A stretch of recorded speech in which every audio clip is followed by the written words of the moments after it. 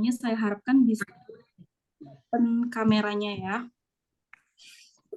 Nah, pada kesempatan ini sebelumnya saya ingin mengucapkan terima kasih kepada Politeknik Kutaraja yang telah memberikan saya kesempatan untuk berbagi sharing bersama teman-teman mahasiswa dan mahasiswa semuanya.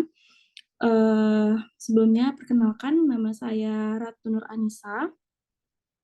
Saat ini saya sudah menikah dan mempunyai seorang anak laki-laki berumur 5 tahun. Nah, kegiatan saya sehari-hari biasanya selain mengurus rumah tangga, saya juga aktif di Bitata Food, menjalankan bisnis yang saya rintis berdua dengan suami saya sejak tahun 2018. Nah, namun saya sendiri sebelum nikah sejak tahun 2015 sudah memulai bisnisnya gitu. Nah, jadi teman-teman semua di sini saya harapkan semuanya bisa fokus dan mengeluarkan catatannya atau buku maupun pulpen. Apa yang bisa dicatat, silakan dicatat gitu ya.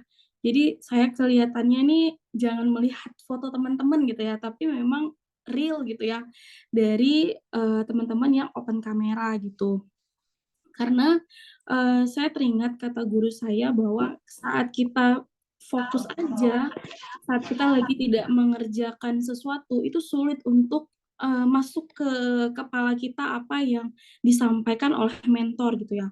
Apalagi kalau kita mendengarkan atau kuliah atau belajar itu sambil menyambi gitu ya, jadi nggak fokus gitu. Maka dari itu saya harapkan teman-teman di sini semuanya bisa on kamera dan fokus untuk mendengarkannya gitu ya.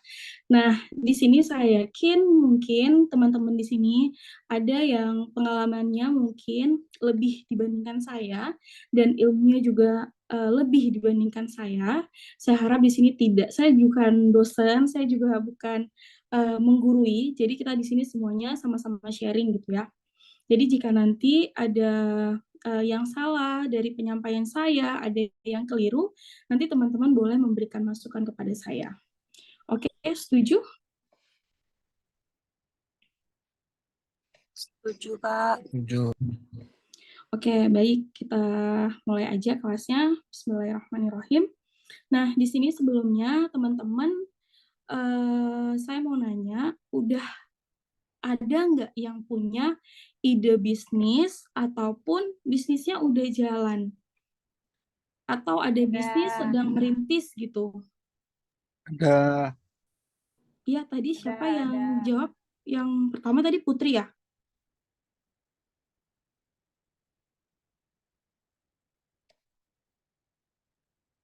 Oleh, halo?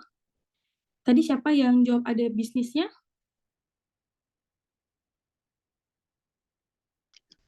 Saya, Bu. Ya, silakan. Boleh open kameranya?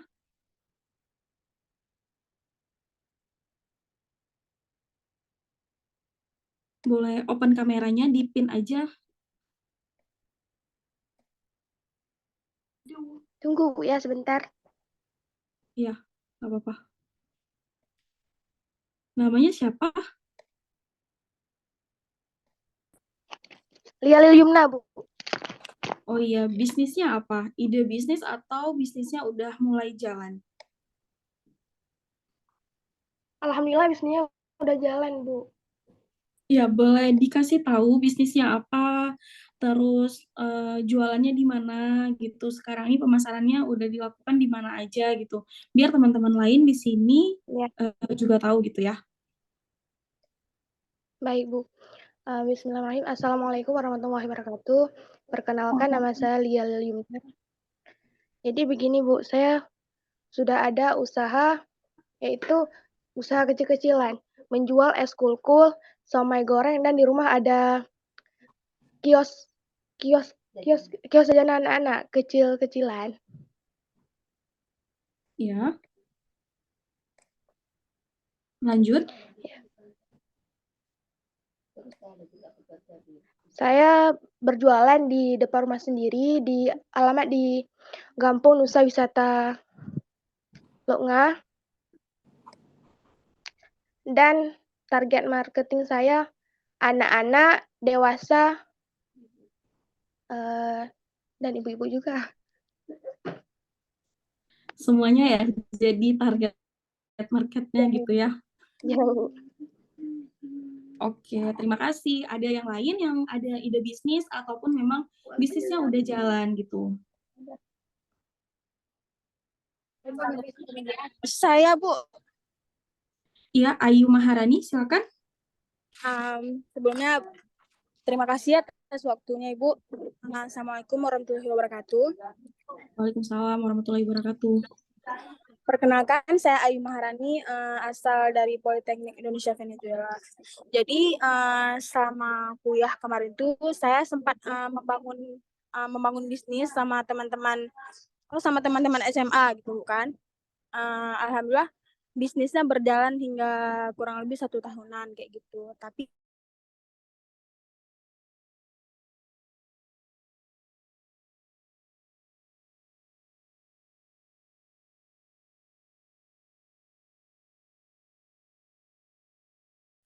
dan bisnisnya pun makanan Korea diracik dengan bumbu khas Aceh. Jadi nama produknya itu tteokbokki khas Aceh kayak gitu. Itu, Bu. Terima kasih.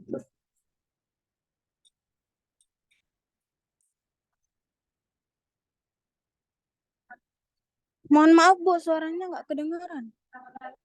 Maaf, di sini ada nggak teman-teman yang lainnya mungkin dari yang cowoknya punya ide Ada, Bu. bisnis, walaupun memang bisnisnya belum dijalankan gitu, mungkin ada masalah-masalah.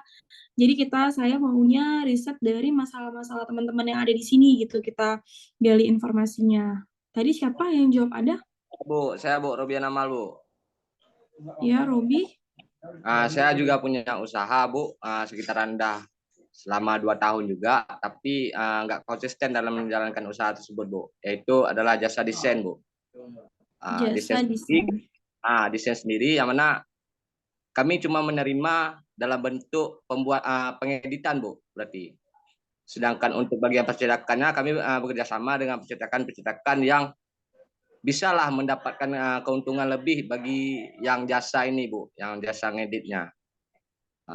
Di titik kesulitannya, Bu, berarti nggak selalu ada dalam per bulan itu, mungkin ada waktu-waktu tertentu yang memang ada melonjaknya untuk penerimaan editnya, ataupun kebanyakan sih lama tingkat waktunya, Bu.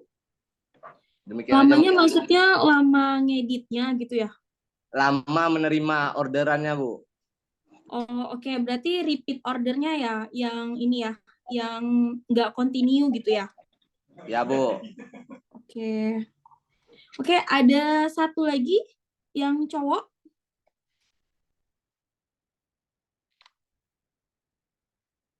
Ada yang punya bisnis atau yang sedang merintis juga boleh, atau masih, aduh pengennya nanti buat bisnisnya ini gitu. Ada nggak di sini? Ada, Bu. Iya, tadi siapa ya jawab? Ada, Bu. Afna ya? Wah, banyak ya. Di sini kayaknya pembisnis semua gitu ya. Amin. Amin, rata-rata, Bu, kayaknya. Oh, luar biasa. Seharusnya kalian nih yang jadi praktisinya. Oke, boleh Zawatul Afna? Baik, izin Bu. Assalamualaikum warahmatullahi wabarakatuh. Nama saya Waalaikumsalam warahmatullahi wabarakatuh. Kak Farma Banda Aceh. Kami dari kelompok 3 ada izin ide bisnis. Kami ingin membuat Diam. Suaranya nggak kedengeran. Sepertinya masih di unmute. Lupa. maaf, Bu. Jadi kami, Bu, dari kelompok 3 ingin memperkenalkan ide bisnis kami dari makanan. Jadi kami buat tuh dari ubi jalar ungu, terus ada perpaduan dari keju mozzarella, jadi nanti digoreng juga, Bu. Jadi khusus makanan pewarna alami tanpa zat makanan lain. Pokoknya cantik tapi sehat, Bu. Gitu, Bu. Cantik tapi sehat ya. Iya. Sekian, Bu. Iya, makasih. Tadi satu lagi ya, siapa tadi?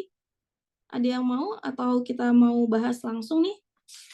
Reza, Bu. Oke, Reja. Monggo, silakan. Ya, silakan, monggo. Tadi siapa? Masih ada? Oke, kalau nggak ada kita lanjutkan.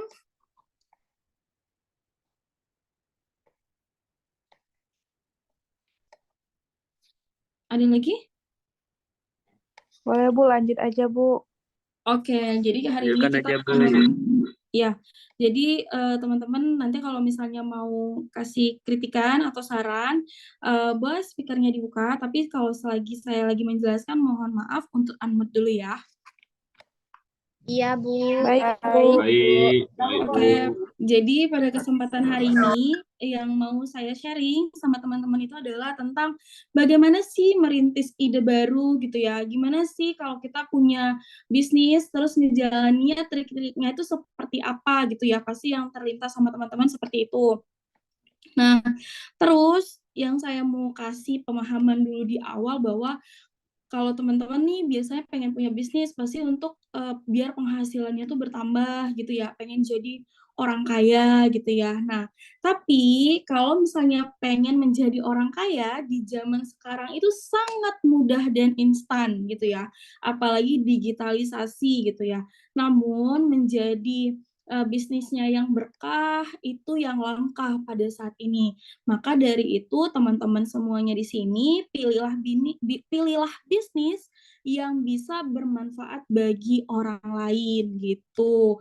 Terus juga bisa membuka lapangan pekerjaan bagi orang lain dan produknya itu bukan hanya sekedar ya jualan lah gitu ya, nggak peduli itu mau pakai micin, mau itu pakai minyak yang bagus, mau pakai minyak curah, itu tidak dipikirkan. Yang penting adalah mendapatkan keuntungan yang sebanyak-banyaknya gitu. Nah, itu harus digarisbesari. Jadi tujuan awal kita memulai bisnis itu harus dengan fondasi bisnis berkah gitu. Artinya setiap yang kita lakukan itu harus ada keberkahannya gitu. Jadi bukan hanya halal ya jualannya, tapi ada manfaatnya, ada keberkahannya begitu. Nah, jadi awalnya saya memulai bisnis nih, saya sedikit menceritakan awal mula saya membangun bisnis. Jadi sejak tahun 2014 waktu itu saya sedang di bangku kuliah gitu ya. Karena memang pengeluaran pada saat itu mahasiswa akhir membutuhkan biaya yang sangat besar. Contohnya aja untuk biaya wisuda, terus untuk skripsi gitu ya, itu membutuhkan biaya. Sehingga saya berpikir gimana ya caranya saya bisa mendapatkan penghasilan lebih gitu. Jadi jangan dikit-dikit minta sama orang tua gitu. Nah, saya waktu itu kebetulan saya suka buat kue gitu. Saya suka masak, makanya saya melihat ada potensi pada diri saya pada saat itu. Nah, ternyata di depan rumah saya banyak orang yang jualan durian. Saya waktu itu tinggalnya di Penayung. Jadi di depan itu banyak orang-orang yang jualan durian. Menurut saya itu potensial karena berlimpahnya bahan baku. Jadi yang namanya ide bisnis itu dia bisa lahir dari minat teman-teman, terus keahlian, terus pasar yang ada. Jadi ingat ya, kalau ide bisnis itu bisa lahir dari minatnya teman-teman, kemampuannya teman-teman gitu ya, keahliannya dan pasar yang ada. Contohnya kalau pasar yang ada gimana? Oh, ternyata di situ misalnya kayak di kampus ya, banyak anak-anak yang sering nyari sarapan pagi, misalnya gitu kan. Ini kesempatan saya nih untuk jualan sarapan pagi gitu ya. Karena memang nggak ada orang yang jualan sarapan pagi di situ, sedangkan permintaannya mahasiswi sering kesulitan untuk mencari sarapan pagi. Nah, itu salah satu menggait pasar yang potensial gitu. Nah, akhirnya saya jualanlah pancake durian. saya jualan yang namanya mochi ice cream gitu ya. Nah, tapi namun ada kendala di sini karena waktu itu saya nggak punya ilmu gitu ya, susah mendapatkan ilmu. Nah, teman-teman sekarang sebenarnya sangat beruntung, sangat mudah mendapatkan ilmu itu langsung dari yang sudah mempraktekkannya. Jadi kesalahan-kesalahan yang udah kita sebagai pembisnis lakukan gitu ya, kesalahannya itu tidak akan terulang lagi gitu. Ini ada yang coret-coret nih. Oke, kita lanjut. Jadi ini di sini saya ada jualan kipas angin ya, sama ada baju Dian Pelangi waktu itu. Jadi waktu itu saya nggak punya modal, jadi saya modalnya itu dari si pembelinya. Jadi saya open PO, kipas angin, open PO, baju-baju Dian Pelangi, saya mendapatkan modalnya dari si pembelinya. Jadi kalau misalnya dia order, artinya dia harus transfer dulu gitu. Nah, per bajunya saya mendapatkan keuntungan 50.000 sampai 60.000. Begitu juga dengan kipas angin. Jadi dulu ceritanya apa yang ada di depan mata saya itu semuanya saya jual gitu ya. Apa yang potensi menurut saya itu semuanya saya jual gitu. Sampai akhirnya bisa next, Bang, ke slide selanjutnya. Nah, sampai akhirnya saya waktu itu menikah setelah lulus kuliah, saya menjadi asisten dosen. Menurut saya itu bukan minatnya saya gitu ya, menjadi asisten dosen. Cuman waktu itu ada tawaran sambil saya belajar-belajar, akhirnya saya mengambil kesempatan itu. Nah, setelah saya coba, saya merasa ini bukan passion-nya saya nih menjadi seorang dosen gitu ya. Saya sukanya masak di rumah gitu. Nah, akhirnya setelah itu saya menikah di tahun 2018. Suami saya kebetulan sudah memulai bisnis juga gitu ya. Sepulang beliau menyelesaikan S2-nya di Pakistan, beliau pengennya jadi dosen nih di Aceh. Ternyata tidak semudah yang dibayangkan gitu. Pengen lulus PNS waktu itu, terus pengen jadi dosen. Pada saat itu nggak lulus gitu ya. Sampai akhirnya beliau jualan ini kue sepit, mungkin teman-teman bisa lihat ini ada kue sepit, terus suami saya ngajar di beberapa pesantren, terus juga suami saya jadi Gojek online gitu. Jadi apa yang bisa kita lakukan pada saat itu ya kita lakuin gitu ya. Namanya juga kita baru nikah gitu ya. Jadi butuh pemasukan lebih sebagai orang yang baru nikah lah kira-kira seperti itu. Sampai akhirnya kita berpikir untuk membuat suatu brand yang namanya Bitata Food gitu ya. Boleh lanjut, Bang, untuk slide selanjutnya. Nah, Bitata Food ini kami rintis sejak tahun 2017. Awalnya dirintis sama suami saya gitu. Akhirnya kita menikah, akhirnya kita kerjasama ya gitu ya. Jadi kalau misalnya mau nikah gitu ya, cari pasangan yang bisa sevisi dan semisi dengan kita gitu ya. Bukan karena cinta aja nih gitu ya, karena sayang aja gitu ya, jangan gitu ya. Jadi gitu. Nah, terus kita menikah, kita besarkanlah si Bitata Food ini sebagaimana kami membesarkan anak kami gitu. Nah, idenya itu dari suami saya. Nah, jadi yang pertama kali produk yang kita jual itu adalah bumbu nasi minyak. Bisa lanjut, Bang, ke next selanjutnya. Nah, ini adalah beberapa produk. Ini ada bumbu nasi minyak, ada produk kedua itu ada bawang goreng, ada stik keju, ada keripik kentang, ada crispy garlic. Saat ini ada penambahan produk, ada kentang Mustafa. Terus saya saat ini sedang menjalankan bisnis yang sedang saya rintis itu. Saya buka outlet nasi minyak di Simpang 5 Grocery atau di Taman Sari. Mungkin teman-teman pernah nongkrong di sana gitu ya. Nah, jadi Bitata Food itu kepanjangan dari Biar Tambah Takwa, di mana tujuannya kami bukan hanya semata-mata untuk mendapatkan keuntungan, tapi bisa bermanfaat bagi orang lain gitu. Nah, saat ini tenaga kerja kami itu ada 20 orang yang tetap dan 10 orang yang pegawai lepas. Jadi ibu-ibu yang ada di sekitar tempat tinggal kami membuka lapangan pekerjaan untuk mereka mengupas bawang kami. Jadi mereka mengupas bawang sebanyak 200 kilo per hari.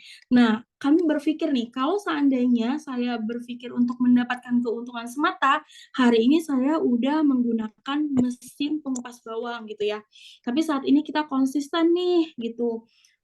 pengennya bisa bermanfaat bagi tetangga-tetangga sebelah, lingkungan sebelah. Jadi kita tetap menggunakan tenaga manusia untuk mengupas bawangnya, gitu. Nah, terus boleh next, Bang? Ya, jadi selain kita juga memperdayakan lingkungan yang ada di sekitar, kan bisnis itu harus bermanfaat ya. Jadi kita nggak ada suara yang bocor ya. Oke, jadi kita di sini pengennya bermanfaat nih untuk bukan hanya lingkungan tetangga-tetangga sekitar, tapi bagaimana cara membangun perekonomian Aceh gitu. Walaupun sebenarnya belum banyak yang kita lakukan gitu ya. Mungkin dampaknya itu belum banyak terserap petani-petani lokal yang ada di Aceh. Tapi pada saat ini kami berpikir daripada tidak melakukan sama sekali, setidaknya kami sudah melakukannya gitu. Jadi kami ada petani binaan, itu ada petani binaan kentang merah, ada petani binaan bawang merah juga. Itu berlokasi di Sigli di Simpang 3 gitu. Nah, boleh lanjut, Bang? Nah, ternyata setelah saya menjalankan bisnis nih sejak tahun 2015, sejak saya kuliah, sebelum saya menikah, terus saya menikah di tahun 2018 gitu ya. Ternyata bisnis itu tidak cukup hanya bermodal motivasi. Motivasi dari orang tua, motivasi dari teman-teman, motivasi dari rekan bisnis, itu nggak cukup gitu ya. Hanya action dan tekad, tetapi juga harus dibarengi dengan keilmuan gitu. Memang kadang-kadang kan kalau kita udah belajar tetap ada misalnya dalam bisnis ada kerugian-kerugian ya, itu sangat wajar gitu. Jadi teman-teman di sini jangan pernah takut memulai gitu ya. Jangan misalnya lihat nih dia mulai bisnis nih terus bisnisnya bangkrut atau bisnisnya nggak jalan, ya belum tentu kan rezeki itu punya Allah kasih tuh punya rezekinya masing-masing gitu ya. Jadi teman-teman jangan khawatir gitu, jalanin aja, coba aja, terus evaluasi, ya harus konsisten gitu. Tadi kan ada bisnis teman-teman ya, yang rata-rata udah jalan 1 tahun, terhambat, karena memang bisnisnya nggak jalan, waktunya nggak ada gitu ya. Terus yang kedua tadi, udah ada jasa desain nih, 2 tahun, tapi nggak konsisten gitu ya. Nah, gitu kira-kira. Boleh lanjut? Nah, tadi saya merumuskan beberapa poin-poin ini berdasarkan kesalahan-kesalahan saya di masa lalu gitu ya. Jadi, kalau teman-teman tadi lihat, saya kan ada buat ini ya, mochi ice cream, terus saya jualan baju Dian Pelangi, saya juga ada jualan kipas angin. Jadi, apa yang kamu mau, aku tuh jual gitu ya. Nah, ternyata memilih bisnis itu nggak bisa hanya sekedar tren teman-teman gitu ya. Produknya tuh harus teruji ngangenin. Artinya ngangenin di sini bahwa produknya itu kalau makanan harus enak dulu gitu. Kalau baju, misalnya teman-teman ada produknya fashion di sini, waktu digunakan bajunya itu harus nyaman dulu gitu. Misalnya area bagian lengannya itu harus mudah untuk digerakin. Kira-kira seperti itu. Terus kalau teman-teman di sini punya jasa gitu ya, misalnya kayak jasa rental mobil. Nah, mobilnya itu harus wangi, terus pelayanannya harus bagus. Nah, itu yang artinya teruji ngangenin. Nah, kalau bisnis kuliner seperti saya itu sangat berat modalnya gitu ya. Namun teman-teman di sini jangan khawatir, Bu, saya nggak punya modal gitu ya. Bisa nggak bisnisnya jalan? Bisa gitu ya. Jadi nggak semuanya menjalankan bisnis tuh harus dengan modal sendiri gitu. Nah, yang terakhir itu adalah pilih bisnis dengan produk yang mudah diekspedisikan. Nah, saya tadi kan ada jual pancake durian, itu waktunya itu tahannya itu hanya sekitar 7 jam. Jadi pendistribusiannya, pengirimannya itu terhambat, susah untuk diekspedisikan. Kalau durian mudah asem, terus kalau mochi itu biasanya cepat cair.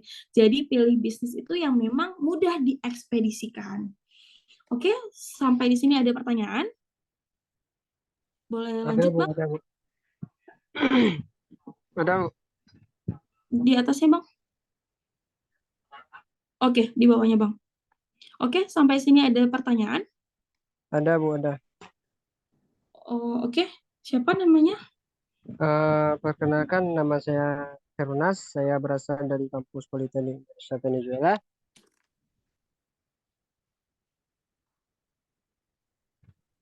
Eh, saya ingin bertanya, Bu. Ya, Misalnya lanjut. nih, Bu, kita membuka ataupun baru perintis nih, Bu, baru membuka usaha itu. Apa dalam usaha itu ada pembayaran pajaknya? Apa enggak, Bu?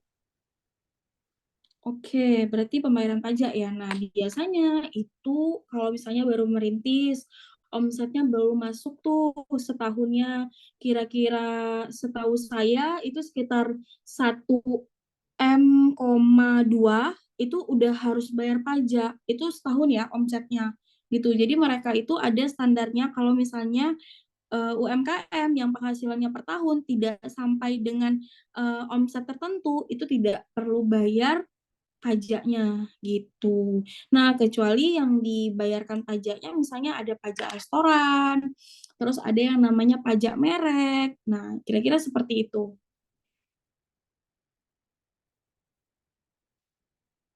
Yang lain ada pertanyaan?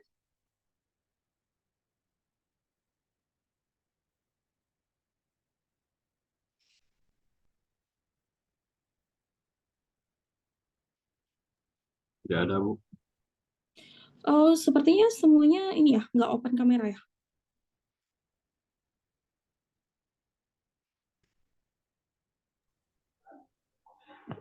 Bagi mahasiswa tolong di on cam ya, kameranya dibuka ya, jangan di hide.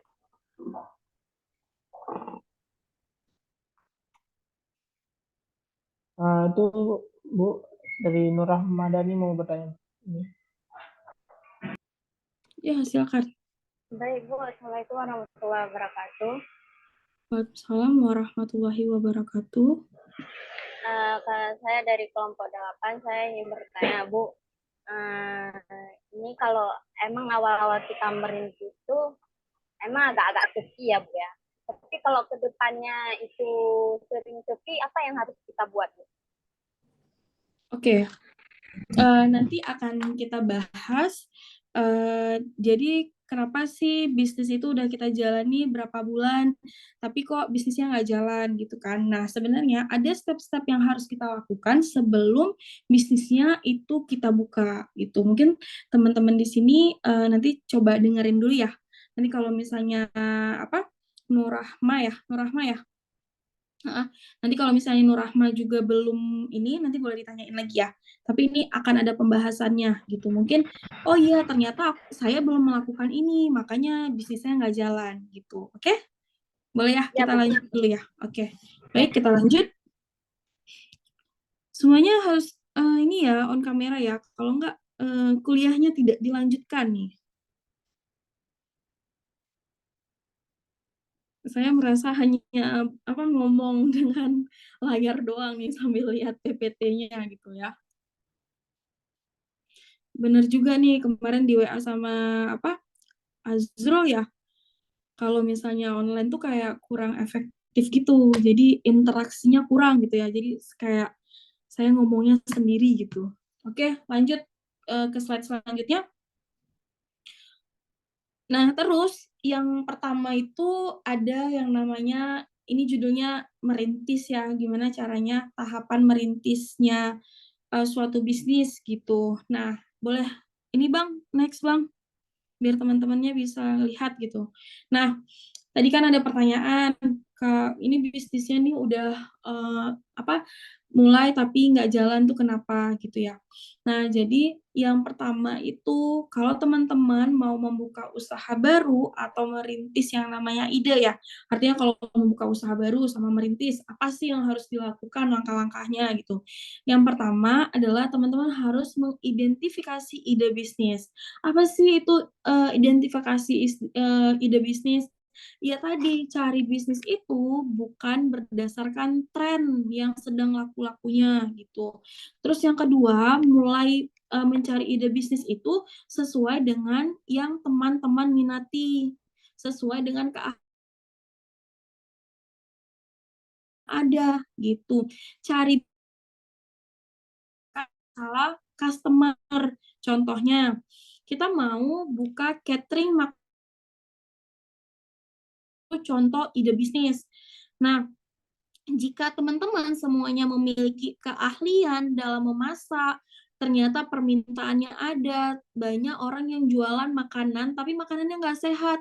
Ternyata banyak orang yang sekarang udah butuh, karena kan sekarang penyakit udah terlalu banyak. Contohnya aja autoimun. Nah, orang yang autoimun itu biasanya mereka tidak bisa makanan yang ada MSG, orang yang tidak bisa makan MSG dengan membuka catering makanan sehat. Itu kira-kira.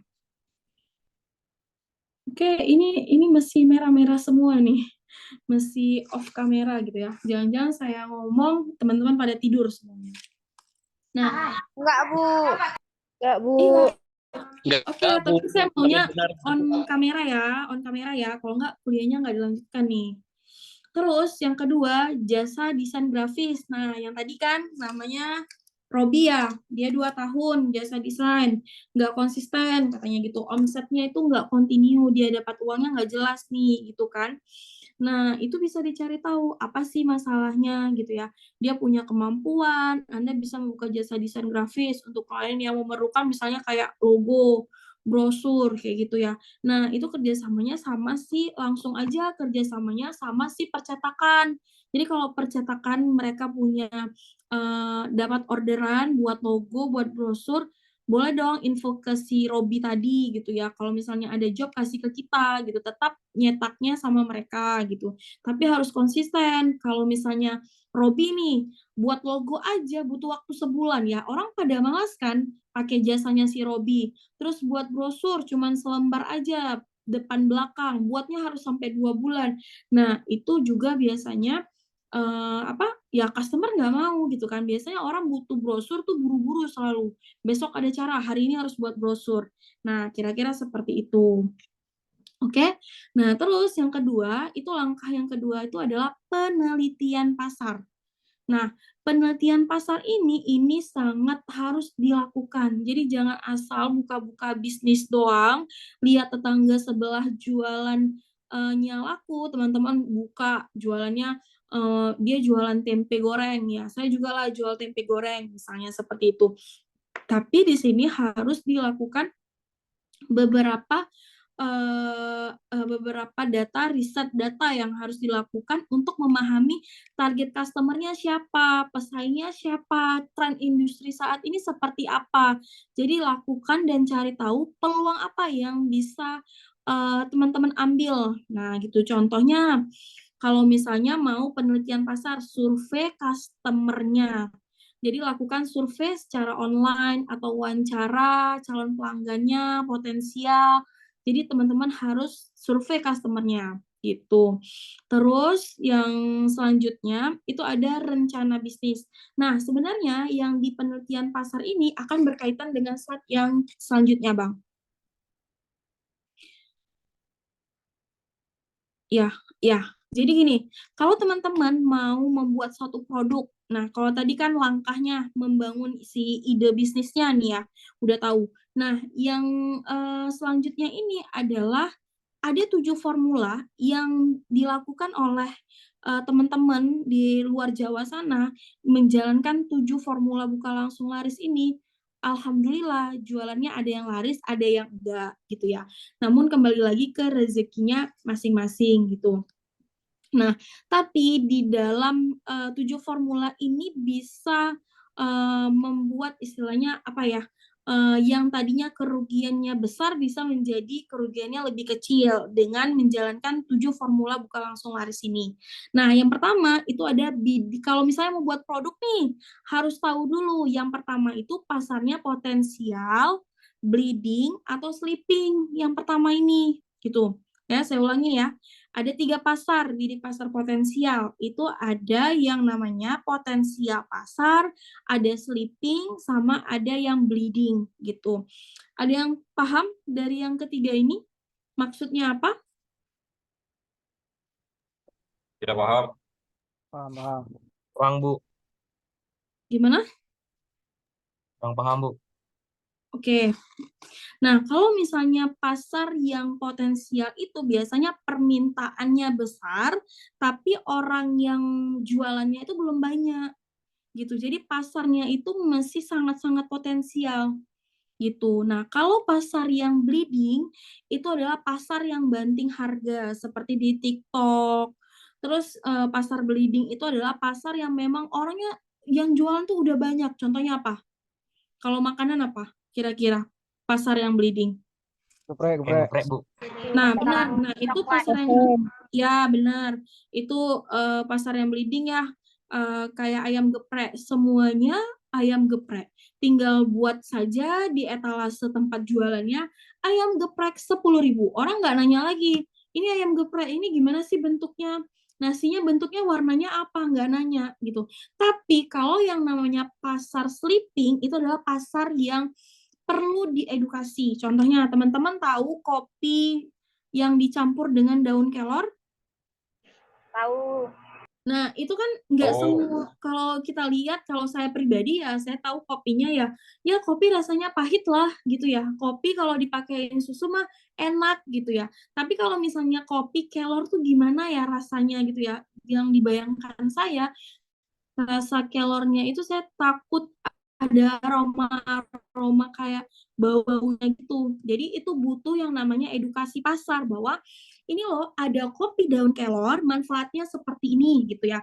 Terus juga ini ada kopi daun kelor bisa menyembuhkan penyakit jantung gitu ya. Kalau misalnya diminum aroma daun kelornya ini tidak tercium sama sekali, namun manfaatnya tetap sama gitu. Nah, kira-kira seperti itu.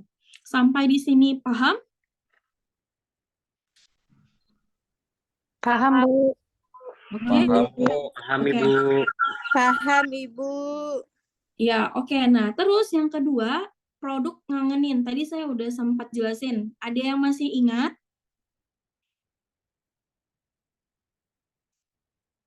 Tadi saya udah jelasin produknya itu ngangenin. Tahu, Bu. Ada. Ya, boleh yang pakai jilbab hijau. Siapa nih namanya? Zawatul Afna, Bu. Ya, gimana? Yang produk ngangenin itu. Tadi kan seperti Ibu bilang, kalau produk ngangenin tuh bikin konsumennya tuh nagih. Jadi kalau makanan tuh mau beli lagi. Kalau pakaian tuh lebih menarik mau beli lagi. Mungkin dari desainnya, kenyamanannya mungkin Bu. Tuh. Oke, ada lagi yang bisa jawab? Ada, Bu. Coba ya, boleh? Tadi kayak Ibu bilang tentang rental mobil gitu kan. Tapi dari pelayanannya, habis itu tempatnya mobil itu harus wangi, steril, bersih gitu. Supaya konsumen tuh ataupun pelanggan bisa kembali. Oke, ini ada yang komen nih suaranya nggak ada, tapi saya kedengeran kok suara teman-teman. Dengar, Bu. Dengar ya? Jelas. Iya, benar ya. Tadi yang jawab pertama saya lupa tadi yang jilbab hijau. Siapa tadi namanya? Zawatul Afna, Bu. Zahratul Zawatul Afna. Afna aja, Bu. Afna. Oke, kan Afna namanya banyak ya yang punya nama Afna, seperti nama saya. Ratu, namanya pasaran gitu. Terus yang tadi yang kedua Khairun Nas. Iya benar yang dikatakan Khairun Nas sama Zahratul Afna gitu ya. Jadi produk yang ngangenin itu adalah produknya itu harus enak, produknya itu harus nyaman kalau dipakai, misalnya seperti itu. Sebentar ya.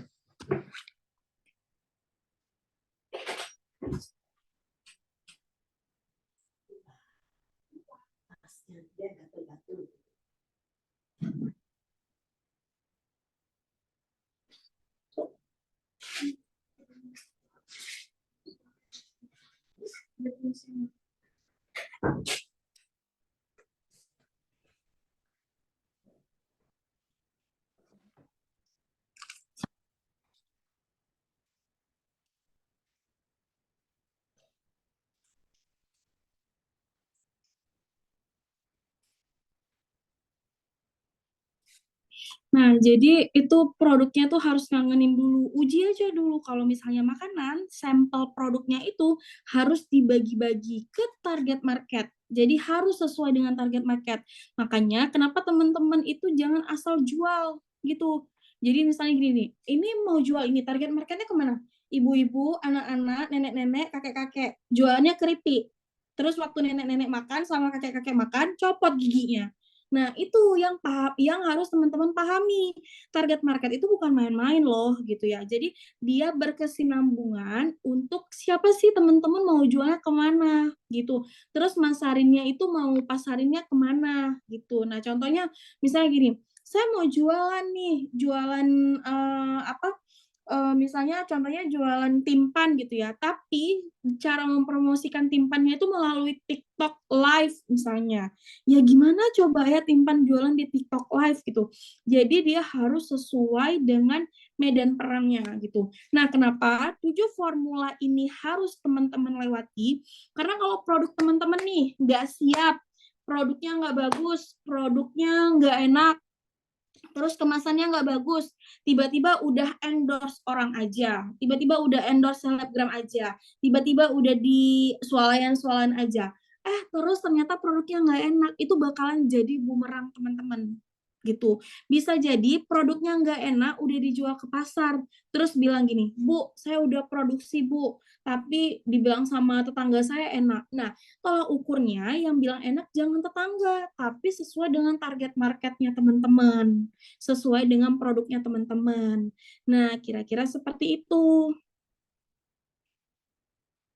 Oke, jadi yang namanya produk ngangen itu harus selesai dulu risetnya sebelum produknya itu launching, sebelum produknya beredar gitu. Karena ini 7 formula ini harus dilakukan supaya teman-teman tuh siap tempur. Jadi menang bersaing di pasar gitu. Jadi kemasannya itu enggak yang kemasan yang enggak bagus lah, yang standing pots, yang enggak ada warnanya, kira-kira seperti itu. Nah, kesalahan saat nguji ngangenin itu yang pertama adalah endorse terlalu cepat. Produknya belum enak, endorse-nya terlalu cepat. Kayak cake-cake yang artis-artis itu sekarang mah kalau yang nggak enak, cake artis itu udah nggak nampak lagi wujudnya. Coba teman-teman lihat. Terus generasi viral itu kebanyakan bukan orang yang royal. Dia cuma nongkrong di kafe, minumnya teh dingin, foto-foto, terus dia pulang. Pesannya cuma kentang goreng. Datangnya 5 orang, pesan minumnya 2, kentang gorengnya 1. Nah, itu bukan ya, kalau generasi viral itu bukan orang yang royal. Ingat, orang yang royal itu adalah yang umurnya 25 tahun ke atas. Gitu. Oke, sampai di sini ada pertanyaan?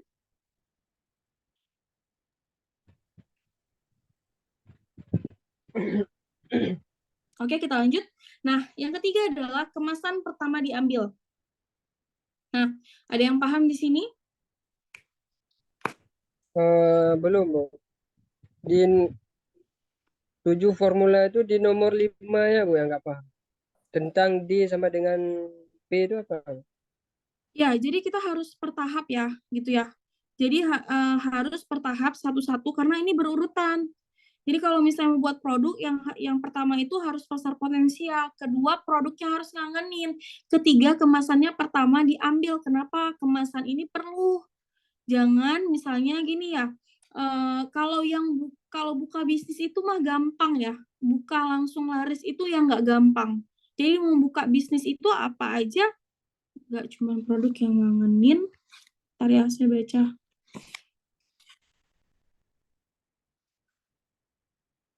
Nggak cuma produk yang ngangenin, juga perlu desain yang ngilerin, Bu. Ya, ini benar. Nah, ini kemasan yang pertama diambil, artinya kemasannya itu harus bagus gitu. Belum ngangenin, jangan sampai gini ya, produk teman-teman tuh nggak enak lah kita bilang. Tahu-tahu udah dikemas cakep aja. Makanya saya bilang, ini tahapan loh. Jadi tahapan nomor 1 sudah selesai, udah tahu pasarnya yang mana. Nomor 2, produknya sudah enak, udah siap lah pokoknya kalau dibandingin rasa asinnya, terus kriuknya misalnya kalau makanan gitu ya kira-kira. Terus kalau layanan, dia bagus pelayanannya, musolanya sudah ada, tempat parkirnya luas, itu misalnya tempat-tempat pariwisata. Nah, Yang ketiga ini adalah kemasan yang pertama diambil. Jadi kemasannya itu harus membuat orang lain tuh tertarik untuk membelinya. Gitu. Jadi gimana caranya ketika teman-teman nanti di supermarket langsung melihat produknya, langsung melihat nih produknya warnanya kuning gitu. Kalau warnanya kuning itu berarti produknya si Bitata Food. Itulah identitas dari kemasan tersebut, itu harus ada. Gitu, itu kemasan yang pertama diambil. Terus yang keempat, itu ada yang namanya merek yang ngetop. Ada yang paham di sini? Ada yang paham? Merek yang ngetop? Enggak, Bu. Bu, izin Iya. menjawab. Contohnya tuh misalnya kayak nama merek produk kita yang kita buat tuh yang lebih unik, maksudnya yang bikin orang tuh penasaran gitu ya Bu ya. Saya kayak kan basreng itu kan sekarang dari bakso goreng, jadi banyak remaja menyukai basreng. Misalnya Bu, Suaranya merek putus-putus. produk kita tuh yang ngetop lah. Suaranya putus-putus. Boleh diulang? Jadi begini Bu, boleh. Misalnya begini Bu, contohnya ada produk itu merek yang kita pakai itu yang lagi ngetren sekarang, yang lagi ngetop sekarang. Jadi orang membuat jadi penasaran dengan produk kita gitu. Terus? Contohnya kayak sekarang kan ada lagi booming-boomingnya tuh basreng Bu. Basrengnya tuh kesingkatan dari bakso goreng. Jadi orang kan kayak kalangan remaja tuh banyak menyukai basreng. Jadi kita kalau ada produk membuat mereknya tuh yang unik, yang penasaran orang. Maksudnya apa sih tuh kayak sekarang es cool gitu Bu? Kayak ini ya produknya kamu sendiri ya? Iya Bu. Kamu malah promosi ya? Iya Bu. Jadi yang apa ya yang mau saya bilang di sini adalah yang dikatakan sama Laili tadi benar ya. Jadi mereknya itu yang pertama harus menarik, yang kedua adalah mereknya itu mudah diucapkan, mudah ditulis gitu ya. Jangan maksudnya susah dibaca, kadang-kadang tuh kayak ada bahasa-bahasa daerah misalnya kayak gitu ya. Misalnya rumah makan Bertoh Mangat kayak gitu ya. Jadi orang susah kan kalau misalnya orang yang di luar Aceh mengucapkan di mana ya rumah makan Bertoh Mangat misalnya. Kalau orang nggak bisa bahasa Aceh biasanya bacanya gitu. Nah, jadi teman-teman di sini harus memberikan merek itu, memberikan nama itu seperti memberikan nama seorang anak gitu ya. Pengen namanya yang bagus, punya maknanya, jangan asal-asal buat nama gitu ya. Karena namanya si Laili, jadi dibuatlah Laili Food gitu ya. Laili, kenapa namanya jadi Laili Food? Brandnya iya karena nama saya Laili Bu gitu ya. Jadi nggak ada historinya, nggak ada storytelling dari cerita tersebut gitu, dari merek tersebut gitu. Jangan sampai orang lain itu memberikan nama dari putus-putus ya suara saya. Enggak, Bu. Tidak, Bu. Tidak, Bu. Jelas. Aman. Oke. Jadi Enggak, jangan Bu. sampai Oh iya. Jadi jangan sampai orang lain yang memberikan merek teman-teman. Contohnya, sering kan ada orang misalnya jualan nasi soto di samping kantor pos. Nah, di etalasenya cuma dibuat di situ soto Medan, harga 20.000. Karena tidak memberikan namanya sehingga orang bilang soto mana? Soto samping kantor pos. Gitu. Jadi orang lain yang memberikan namanya. Gitu. Jadi teman-teman itu yang harus dilakukan tahap-tahapannya gitu. Terus ada saluran distribusi sama produksi. Ada yang tahu saluran D ini distribusi sama dengan produksi? Ada yang tahu? Enggak, Bu. Yang lain? Nah, kalau saluran distribusi sama produksi ini artinya bahwa gini contohnya, ini teman-teman udah buat produk, mereknya udah ada, kemasannya udah bagus, rasanya udah enak. Terus kan mikir ya, mau jualannya kemana gitu ya, mau didistribusikannya, mau jualnya kemana. mau didistribusikannya kemana gitu ya. Jadi belum tahu.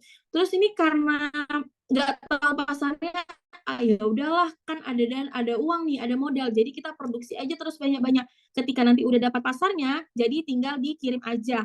Nah, sebenarnya nggak boleh kayak gitu. Jadi distribusi sama produksi itu harus sama-sama jalan. Jadi kalau misalnya produksinya terlalu banyak, akan menyebabkan kerugian kalau jualannya nggak tahu di mana, nggak tahu mau taruh di swalayan yang mana, nggak tahu mau dikirim ke distributor yang mana, gitu. Nah, kalau misalnya si toko-tokonya terlalu banyak nih, misalnya aku udah bisa nih masukin barang ke toko A, B, C, D, E, F, G, H, I gitu ya. Satu toko itu mereka mintanya 100 pieces gitu. Berarti kalau misalnya ada 10 toko, berarti harus nyiapin 1000 pieces. Nah, ternyata tenaga kerja kita, SDM kita nggak mencukupi. Terus lokasi pabrik kita nggak mencukupi. Terus alat kita nggak mencukupi. Modalnya nggak ada. Makanya kenapa harus dibilang saluran distribusi itu harus sama-sama sejalan dengan saluran produksinya. Begitu. Sampai di sini paham? Paham. Paham, Bu. Paham, Bu. Oke? Kita lanjut. Terus yang keenam adalah setelah selesai nih kelima tahapnya, baru teman-teman bisa menyebarkan virus. Artinya di sini menyebarkan virus adalah mempromosikan. Halo, saya punya produk nih. Produknya makanan, produknya fashion gitu ya. Ini teman-teman bisa dapatin di toko online shop, di marketplace, atau langsung ke official kami. Nah, biasanya penyebaran virus ini dilakukan atau bekerja sama dengan vlogger makanan. Kalau tempat wisata, vlogger ini wisatawan. Terus yang ketiga adalah komunitas yang orangnya banyak yang bisa menyebarkan produk teman-teman lebih banyak lagi. Kira-kira seperti itu. Nah, terus yang ketujuh ini setelah orang kan udah viral ya, jangan sampai produk teman-teman itu udah viral terus nggak enak, itu bakalan jadi bumerang untuk teman-teman sendiri. Gitu. Ini kemarin dipromosiin nih sama selebgram enak, mana ada enak gitu ya. Paling dia dibayar, makanya dia bilang produk ini enak gitu. Jangan sampai seperti itu. Jadi teman-teman harus melewati 7 formula ini gitu. Jadi mungkin tadi ada yang nanya, kenapa bisnisnya nggak jalan? Mungkin di sini kesalahannya. Ada yang belum selesai di 7 formula ini. Kira-kira seperti itu. Nah, jangan sampai nanti ketika misalnya di review nih sama si selebgram nih, tiba-tiba banyak produksinya, omsetnya naik. Terus teman-teman buru-buru untuk yang namanya tambah pekerja. Terus buru-buru yang namanya tambah alat gitu ya. Nah, itu jangan, biarin aja bertahap, bisnisnya jalan pelan-pelan. Jangan nafsu pengen cepat-cepat kaya, dapat omsetnya, udah jalanin aja bisnisnya gitu. Bertahap, hari ini nambah karyawan 1, 2 bulan lagi nambah karyawannya 2 gitu. Kalau misalnya nggak bisa gaji bulanan, gajinya per part time atau gajinya itu per ada ada orderan aja. Nah, itu bisa dilakukan untuk tahap pertama. Bisa dengan open order dulu gitu sesuai dengan kemampuan SDM, kemampuan modal dan kemampuan tempat produksinya. Gitu. Sampai di sini paham? Kalau saya kesempatan boleh diinformasiin ya. Paham, Bu. Paham, Bu. Oke. Kita lanjut ke lompatan konversi. Ada yang paham di sini? Tidak, Bu. Oke, kita lanjut. Nah, jadi lompatan konversi ini mungkin teman-teman pernah nggak lihat misalnya kayak beli 1 gratis 1, buy 1 get 1, gratis ongkir. Terus kalau misalnya di KFC tuh, misalnya di KFC itu ada yang namanya minuman, kalau dia ukurannya small itu harganya 10.000, tapi kalau misalnya mau ditambah ukurannya, kita tinggal tambah 2.000 aja. Itu yang dinamakan lompatan konversi. Gimana caranya teman-teman bisa mengenjot penjualannya? Yang tadinya bisa jual 10 pieces dengan promo-promo yang teman-teman lakukan. Oke? Paham sampai di sini? Paham, Bu. Oke, deh boleh Bang lanjut ke slide yang sebelumnya, Bang.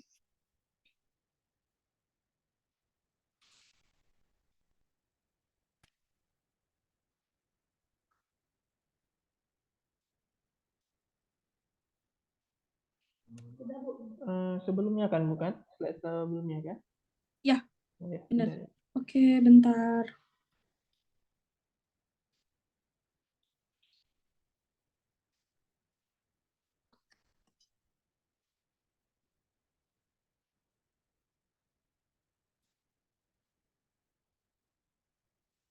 Oke, sampai di sini mungkin ada yang mau bertanya dulu.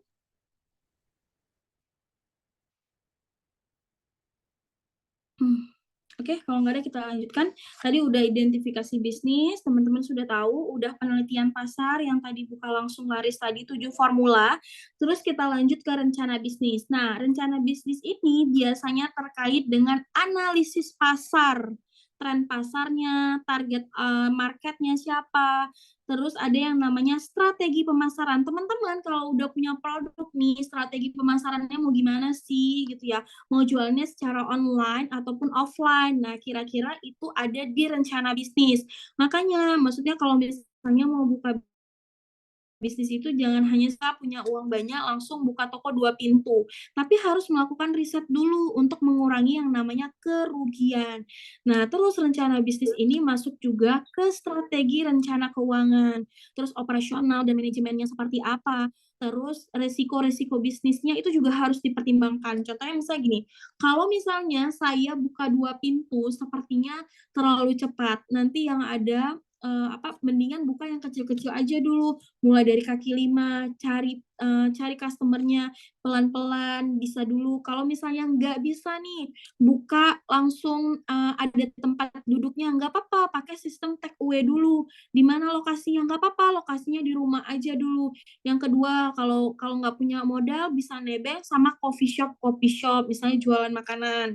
Nah, kira-kira seperti itu. Nah, terus ada yang namanya pembiayaan. Ya, nah pembiayaan, oh iya, saya lupa. Kalau rencana bisnis ini biasanya kita buat itu dalam bentuk ini SWOT. Bisa dilanjutkan Bang ke slide yang 15 sama 16. Nah, kira-kira ini mungkin teman-teman sudah belajar ya. Saya nggak menjelaskan di sini terlalu panjang, mungkin bisa dilihat nanti di internet juga banyak bahwa bagaimana sih menganalisis rencana bisnis kita dalam si SWOT ini gitu. Jadi teman-teman bisa tahu kelemahannya apa, kekuatannya apa, peluangnya apa, target marketnya siapa gitu. Dan satu lagi boleh next Bang. Jadi ketika orang dikasih nampak SWOT, dikasih nampak BMC ini langsung orang, oh ternyata bisnisnya Bitata tuh seperti ini ya, gitu. Nah, ini contohnya kayak analisa BMC ya. Ini ada customer segment. Siapa sih customer segmentnya? Ada penikmat kuliner, ada penikmat kuliner khas Aceh karena saya ada menjual bumbu nasi minyak. Terus ada penyuka bawang goreng, ada penyuka snack kekinian, ada juga makanan yang sehat. Organik ini adalah makanan-makanan yang sehat. Oke, tunggu azan dulu ya.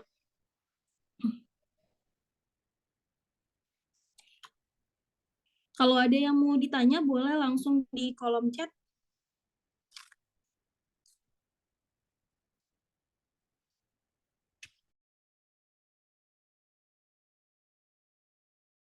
Nih.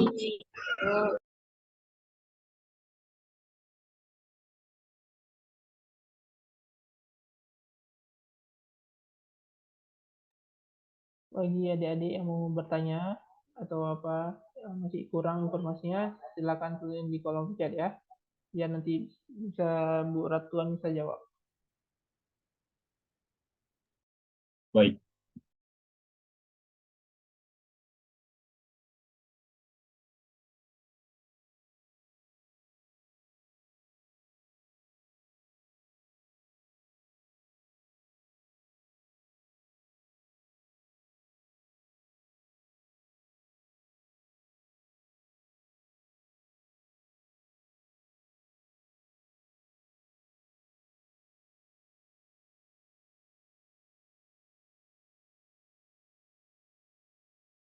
Bang Kevin, soalnya Bang Kevin.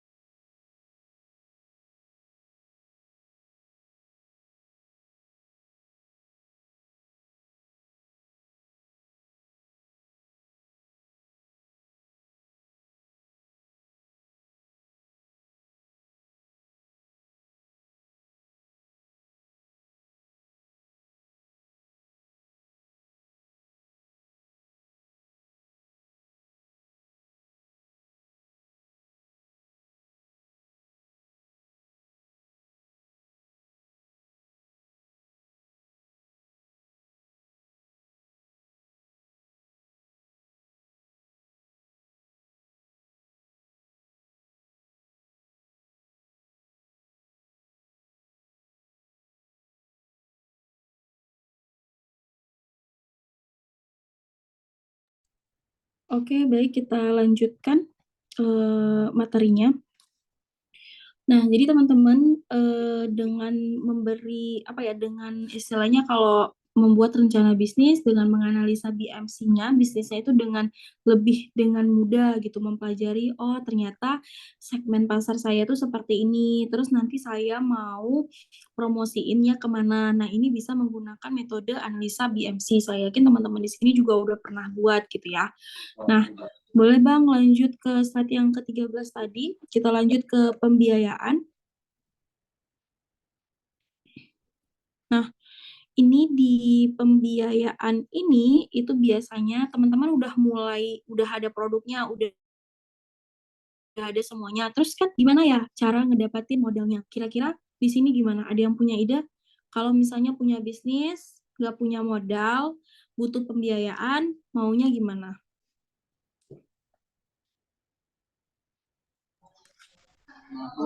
Izin menjawab. Ya. Contohnya misalkan bagi kita UMKM yang mau merintis usaha itu bisa juga kita mengajukan proposal bisnis itu ke bank. Oke, ada lagi? Sambil bekerja bisa juga dulu, sambil merintis, sambil bekerja, cari kerja lain sambil mencari modalnya dari pekerja, dari hasil kerja kan dapat gaji, itu boleh dikit-dikit untuk bangunnya, jadi itu sambil kerja lah. Oke, baik, ada yang lain? Pengorbanan Bu, misalnya kayak Kali ya, baru mulai bisnis sudah berkorban. menjual aset atau apa untuk invest ke usaha sendiri. Setidaknya kalau memang bisnisnya tidak maju, kita tidak ada utang kepada orang lain. Jual ginjal. Ada lagi? Cari investor. Cari investor Bu. Ya Bu. Ya, oke. Nah, jadi benar ya iya saya dengar. Jadi benar apa yang dikatakan sama teman-teman tadi. Jadi bisa dari modalnya dari bank. Cuman kan kalau dari bank, kalau kita baru mulai bisnis dari bank tuh agak serem ya, gitu ya. Belum tentu si banknya mau kasih. Apalagi bisnisnya ditanya, udah berapa lama bisnisnya? Baru 1 tahun bisnisnya. Kira-kira gitu. Nah, baru misalnya 6 bulan gitu ya. Belum tentu si perbankan biasanya ini mau kasih peminjaman gitu. Mereka melihat asetnya ada nggak, terus produknya itu udah ada di mana-mana. Istilahnya ada kepercayaannya gitu. Nah, terus kalau misalnya kerja, ya bisa juga. Tapi mungkin waktunya bakalan terbagi ya antara kerjaan sama membangun bisnis gitu. Nah, biasanya memang kalau bisnis itu dia harus fokus gitu. Biasa kenapa sih orang memilih bisnis? Karena biar waktunya banyak dengan keluarga. Boro-boro. Saya sendiri aja kadang-kadang waktunya itu lebih banyak ngurusin bisnis gitu. Jadi kayaknya punya bisnis sendiri itu waktunya lebih banyak ngabisin kerjaan ke bisnisnya gitu. Jadi bisa juga dengan aset yang dijual gitu ya, bisa juga gitu. Jadi bisa pakai modal sendiri, bisa nggak pakai modal dengan sistem PO. Jadi sebelum customer-nya order, uangnya dimintain dulu. Mau order, keep, artinya harus transfer dulu. Jadi teman-teman harus ordernya menggunakan uang yang si pembeli yang tadi, kira-kira seperti itu. Namun jangan sampai nggak diorder makanan, nggak diorder barangnya, harus diorder karena kepercayaan itu sangat penting dalam membangun sebuah bisnis. Kira-kira seperti itu. Nah, investor itu sangat betul juga. Bisa dari investor yang terdekat, misalnya keluarga, bisa juga gitu. Kira-kira seperti itu. Nah, terus selanjutnya ada pembuatan produk atau layanan. Di sini ada yang paham?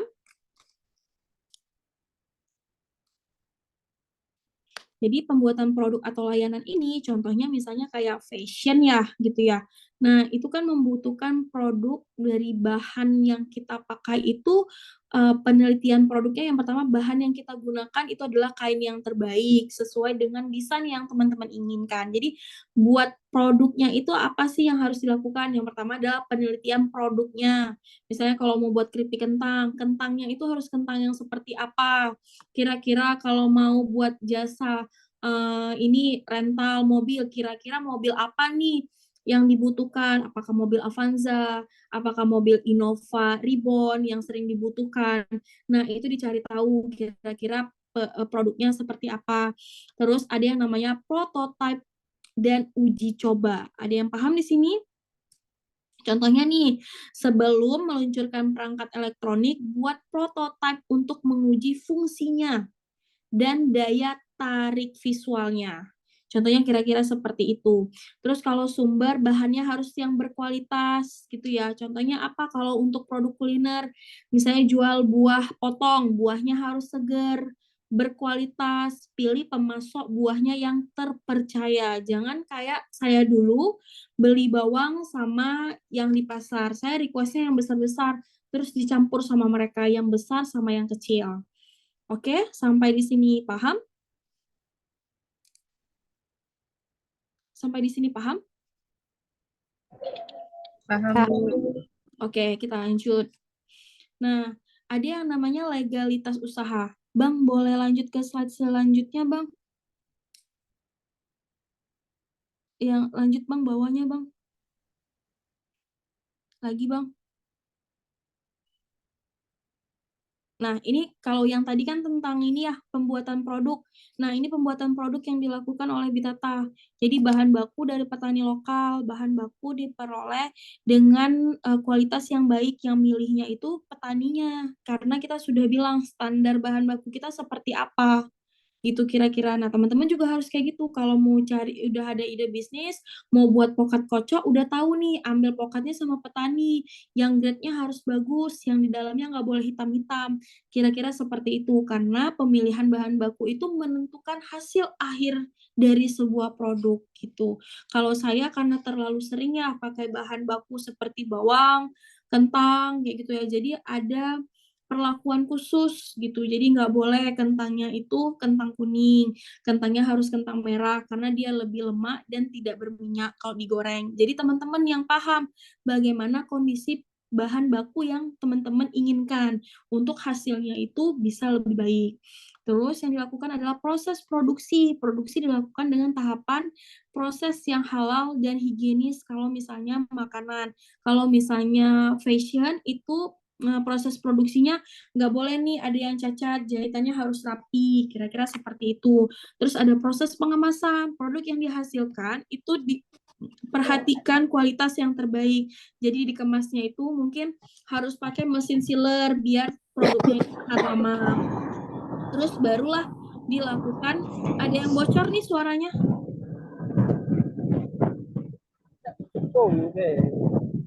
Nggak ada kok.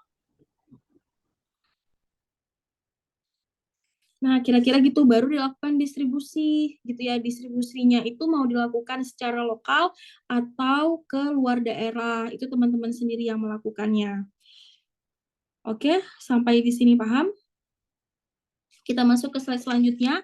Ada yang namanya legalitas usaha. Ini masih ke langkah yang tadi ya, legalitas usaha. Nah, kalau di makanan yang namanya legalitas usaha yang Bitata Food saat ini adalah nama perusahaannya itu memang sudah berbentuk PT Bitata Food Indonesia gitu. Jadi udah sesuai dengan strukturnya gitu. Jadi kalau misalnya PT itu kan ada yang PT perseorangan batas gitu. Nah, terus dia ada yang CV, ada yang namanya UE gitu. Jadi macam-macam sesuai dengan kebutuhan masing-masing. Terus ada yang namanya perpajakan. Nah, kalau kita alhamdulillahnya sudah membayar pajak gitu ya. Jadi omsetnya udah harus membayar pajak gitu. Terus mendaftarkan mereknya supaya apa? Tidak terjadi di kemudian hari ada orang yang menciplak nama kita. Misalnya kalau misalnya brand kita udah bagus, pembelinya udah banyak gitu ya, omsetnya udah besar, tiba-tiba datang si Laili buka brand namanya Bitata Food. Nah, bisa kalau karena saya mereknya sudah terdaftar, si Laili bisa saya kenakan ganti kerugian gitu. Kira-kira seperti itu. Ada pertanyaan? Atau kita lanjut lagi? Nah, terus yang ketujuh itu ada pemasaran. Nah, ini ya kan yang ditanya sama teman-teman gitu. Nah, pemasaran yang dilakukan oleh Bitata Food bisa lanjut next, Bang.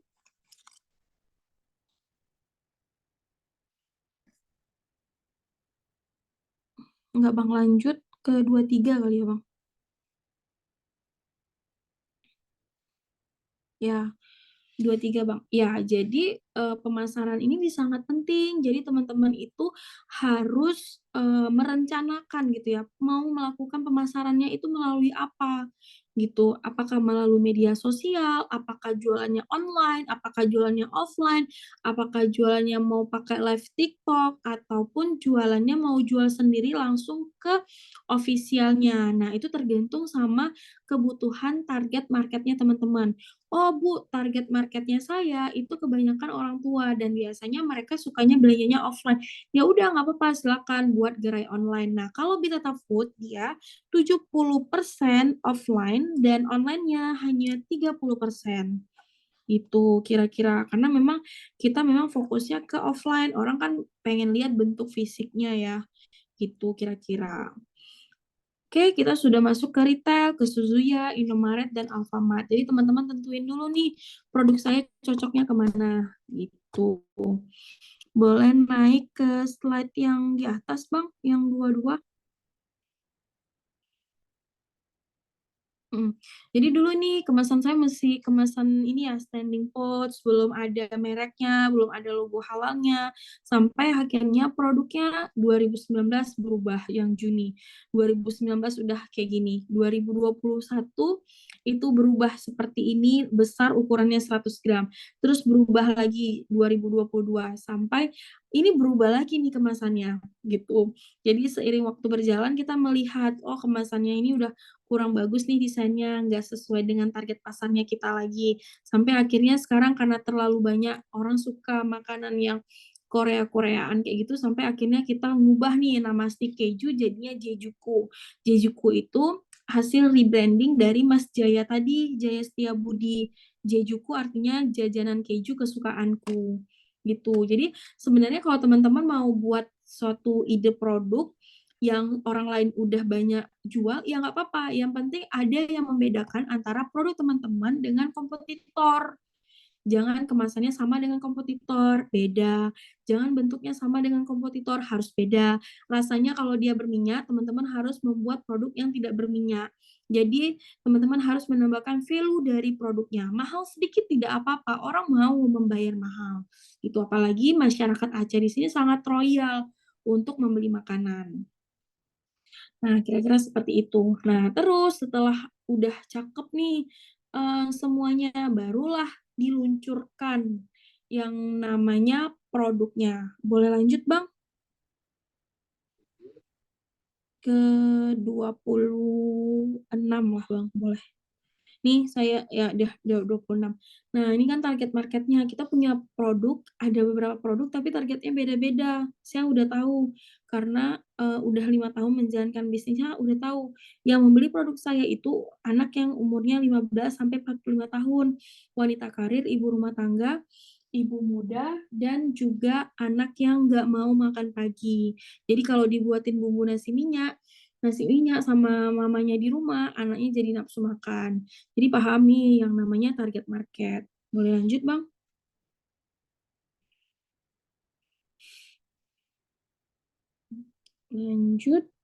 Lanjut, Bang. Nah, setiap produk gimana sih biar laris di pasar gitu ya?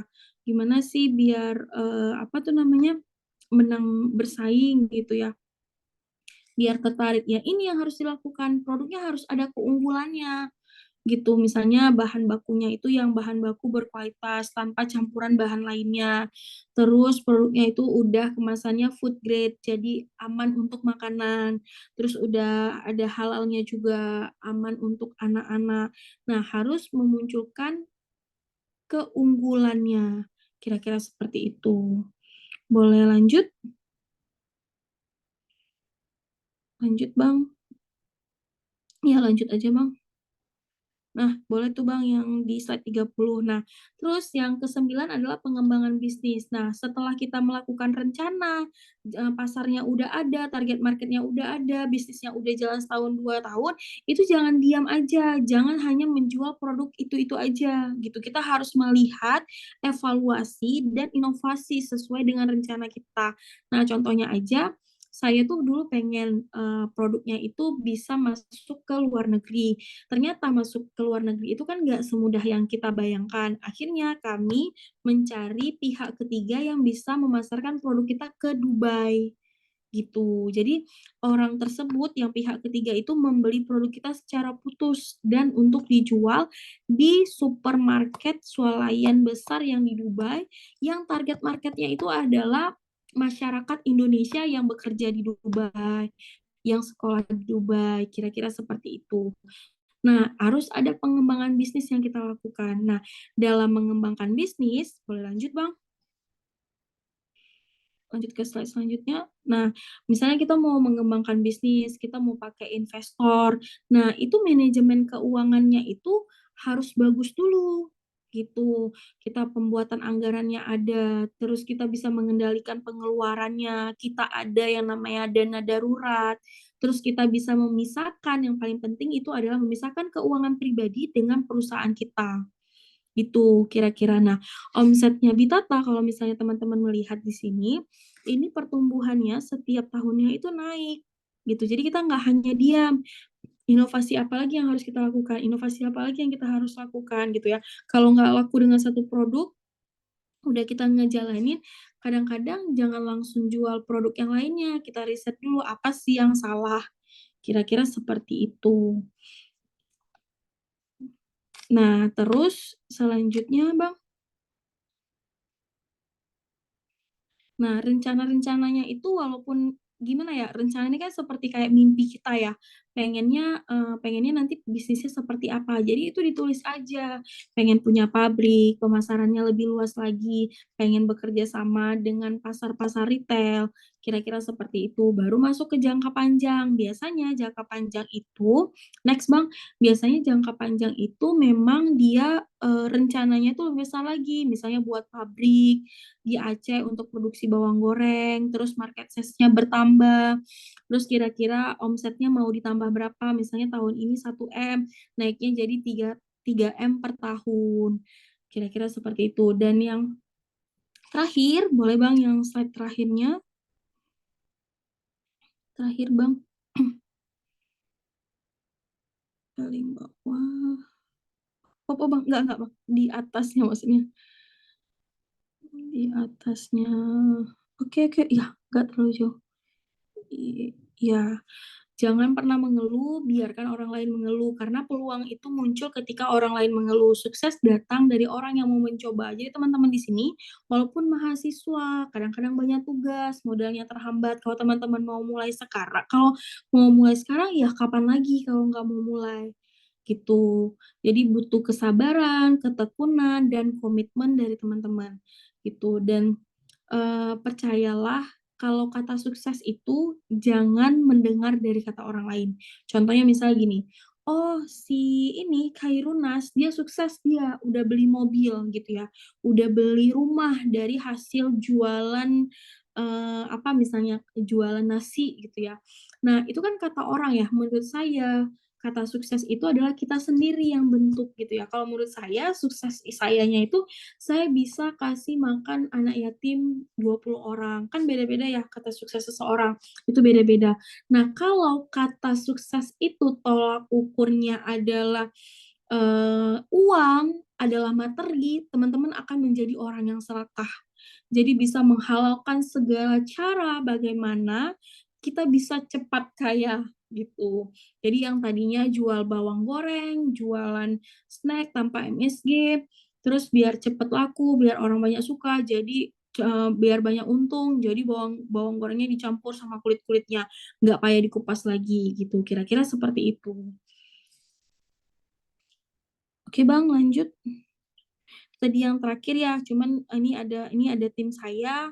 Tadi ini kegiatan-kegiatan yang kita ikutin untuk lebih dekat lagi dengan karyawan.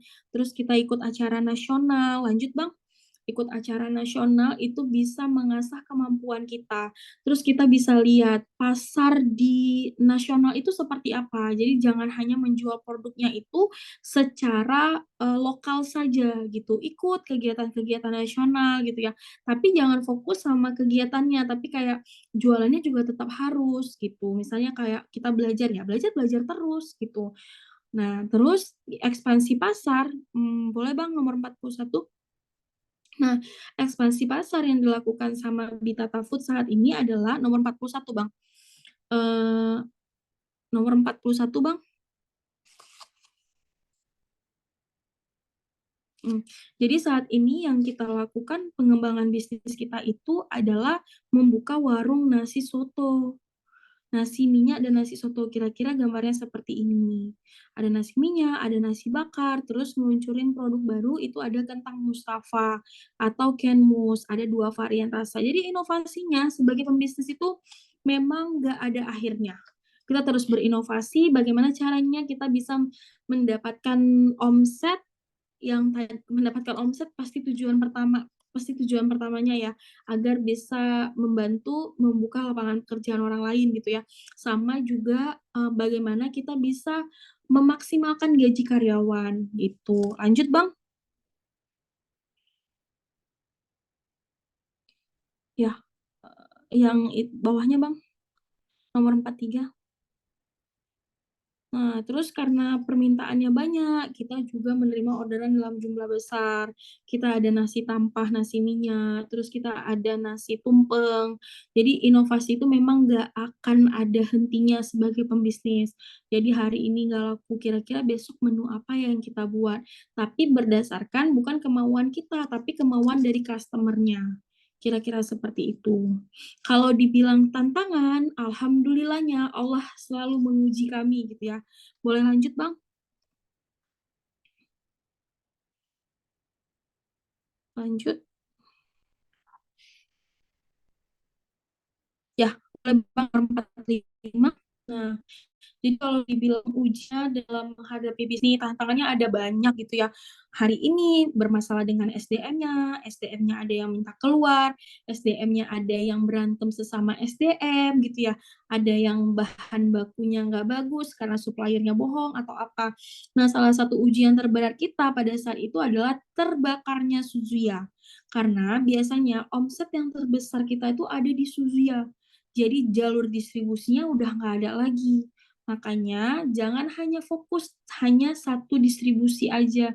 Jualan online juga, jualan offline juga, bisa pakai reseller juga gitu. Tapi sesuai dengan kemampuan teman-teman. Jangan dipaksakan kalau belum mampu untuk misalnya kalau belum mampu bekerja sama dengan reseller nggak apa-apa. Yang paling penting itu adalah kalian itu harus menjual langsung agar mendapatkan database-nya gitu. database customer, siapa yang beli, tinggalnya di mana, nomor HP-nya di mana, gitu. Itu yang paling penting. Nah, tapi alhamdulillahnya apa ya, kita bisa menghadapinya bersama gitu ya. Allah menggantikan rezeki kami dengan yang lain gitu ya. Jadi memang setiap hari itu punya tantangannya. Jadi teman-teman jangan pernah takut gagal, coba lagi, coba lagi. Oke, baik. Mungkin ada pertanyaan?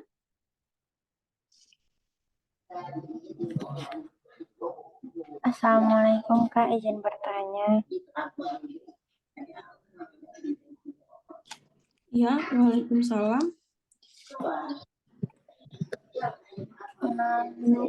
Kan seperti yang kakak bilang tadi, produk kakak nggak pakai pengawet.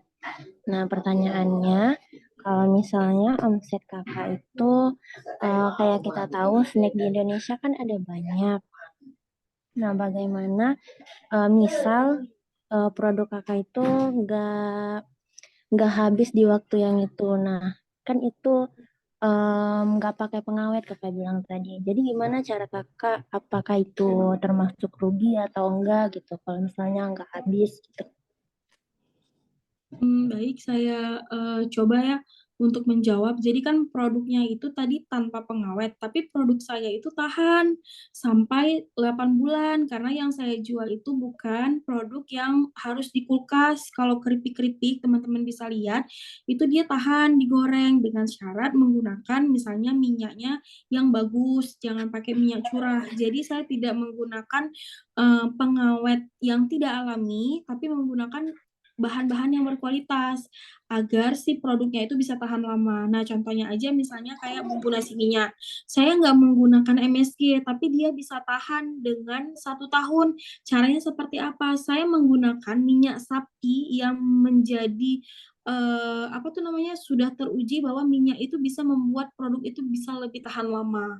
Jadi kira-kira seperti itu. Nah, kalau misalnya ditanya, gimana sih cara mengurangi resiko? Kan produknya nih nggak tahan lama gitu kan. Tapi alhamdulillahnya produk saya itu masih jauh lebih tahan lama dibandingkan produk teman-teman yang mungkin tahannya hanya 1 hari, tahannya hanya 2 hari kayak gitu. Tapi produk kita itu bisa bertahan selama 8 bulan gitu. Nah, caranya itu itulah yang namanya ada data customer gitu, ada data swalayan-swalayan. Jadi kalau misalnya saya itu kan masarin produknya itu ada di 72 swalayan yang ada di Aceh. Terus ada masuk ke retail. Retailnya itu ada Suzuya, ada Alfamart sama Indomaret. Nah, berdasarkan data, saya udah bekerja selama 4 tahun, bekerja sama-sama 4 tahun, itu sudah kenapa nih? Apanya yang mau meledak?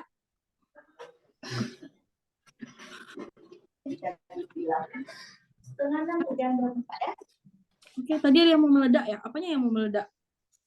Makasih ya, Kak. Oke, jadi kira-kira gitu. Jadi kalau misalnya teman-teman punya data, udah kerjasama dengan berbagai swalayan, biasanya sudah tahu permintaan swalayan itu seberapa banyak. Contohnya misalnya waktu keluar PO gitu ya, mereka minta selama sebulan PO-nya itu untuk 2.000 pieces. Ya udah, teman-teman produksinya hanya 2.000 pieces gitu.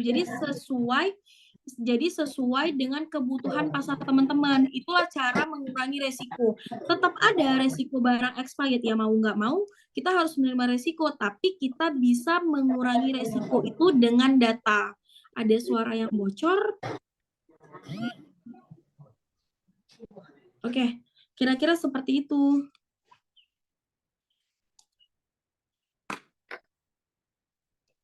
Baik, Kak, terima kasih. Iya, sama-sama.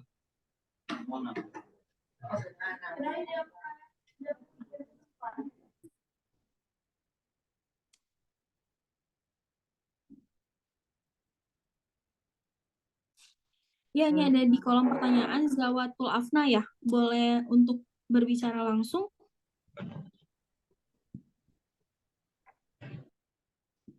Ada orangnya, Zawatul Afna? Ada, Bu.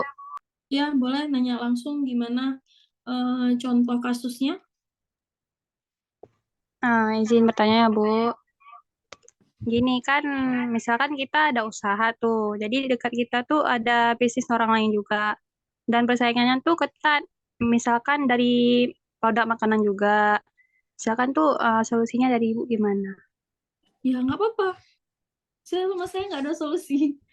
Hadapin aja. Kompetitor itu kan sama-sama cari rezeki ya. Gitu ya. Jadi dia mencari rezeki untuk anaknya. Saya juga mencari rezeki untuk anak saya gitu ya. Jadi nggak ada masalah. Kompetitor tuh jangan dimusuhi. Gitu. Malah kompetitor itu harus ditemenin. Kalau bisa diajak kerjasama. Contohnya misalnya, kalau produksinya ayam geprek, sama-sama jualan geprek. Kalau beli sendiri, itu biasanya 10 potong, harganya nggak bisa kurang. Kalau kita kerjasama sama kompetitor kita, Kak, nanti kita beli ayamnya bareng-bareng ya, biar dapat murah. Nah, kenapa nggak diajak gitu aja? Gitu. Jadi menurut saya, kalau dulu saya terbakar-bakar rasanya kalau ada kompetitor gitu ya.